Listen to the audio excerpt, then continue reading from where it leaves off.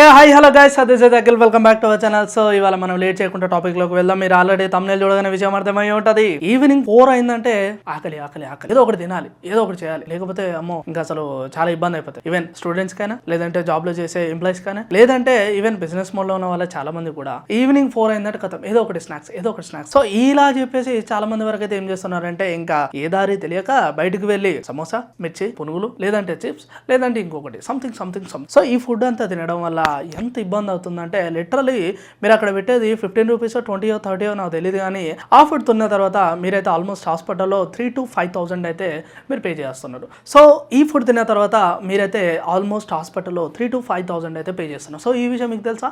లేదంటే తెలుసు కూడా మళ్ళీ అలానే చేస్తున్నారు. సో ఇప్పటి నుంచి అయితే అలా చేయకండి. సో మనం మాట్లాడుకుందాం చిన్నగా ఒక విషయం గురించి. సో ఏం లేదండి, సింపుల్ గా మనం తినే ఫుడ్ ఏదైతే ఉంటుందో సో దాంట్లో చూసుకుంటే ఆల్మోస్ట్ లైక్ మిర్చి కానీ, లేదంటే పునుగులు కానీ, లేదంటే లైక్ పిండి వంటలకు సంబంధించి కానీ, లేకపోతే ఆలు చిప్స్ కానీ, లేదంటే ఇట్లాంటివి లైక్ కురుకురే సంథింగ్ సంథింగ్ మనం తింటా ఉంటాం. సో వీటిలో అన్నిట్లలో కూడా 0% ఆఫ్ క్యాలరీస్. సో ఈ క్యాలరీస్ లేని ఫుడ్ తినడం వల్ల మీకైతే చాలా వరకు ఇబ్బంది అవుతుంది. అండ్ దాని తర్వాత ఏంటంటే బ్రీతింగ్ ప్రాబ్లం రావడం కానీ, లేకపోతే డైజెషన్ ప్రాబ్లం కావడం, ఇలాంటి ప్రాబ్లమ్స్ అయితే ఈ ఫుడ్ వల్లనే వస్తాయి. అండ్ ఈ మధ్య కాలంలో చూసుకుంటే మనకు చాలా వరకు అయితే లిటరలీ ఒక నాలెడ్జ్ లేదని చెప్పొచ్చు ఈ విషయంలో. ఫుడ్ అనగానే ఏది పడుతుంది తినడం. యాక్చువల్గా మనకు ఆఫ్టర్నూన్ ఫుడ్ కనుక ఎక్కువ ఫైబర్ ఉన్న తింటే కనుక మనకి డైజెషన్ బెటర్ ఉంటుంది. అండ్ దాని తర్వాత మనకి ఏదైతే డిన్నర్ టైం ఉంటుందో ఆ 4 to 5 hours గ్యాప్ లో మళ్ళీ ఏదైనా మంచి స్నాక్స్ తీసుకుంటే బెటర్. బట్ స్నాక్స్ ఎలా ఉండాలో నేను ఇప్పుడు చెప్తాను. సో సింపుల్ గా అండి, మనకు మామూలుగా బయట దొరుకుతాయి పీనట్స్, పల్లీలు, వేరుశనగలు కానీ, లేదంటే సంథింగ్ మంచి ఫైబర్ ఉన్న ఫుడ్, మొలకొచ్చిన గింజలు కానీ.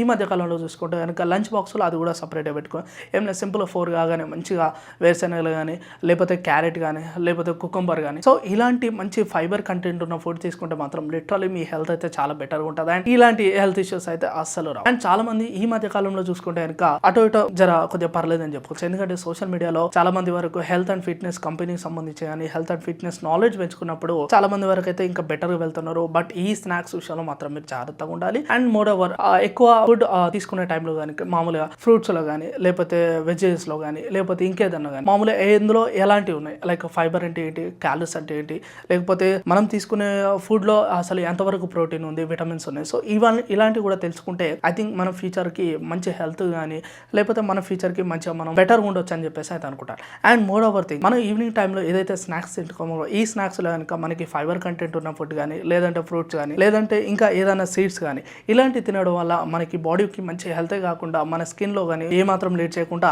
ఎన్ని రోజులు ఏమైందో తెలియదు, కానీ ఇప్పటి నుంచి మాత్రం సాయంత్రం 4 అయిందంటే స్నాక్స్ మాత్రం ఇలా మాత్రం తిరగండి.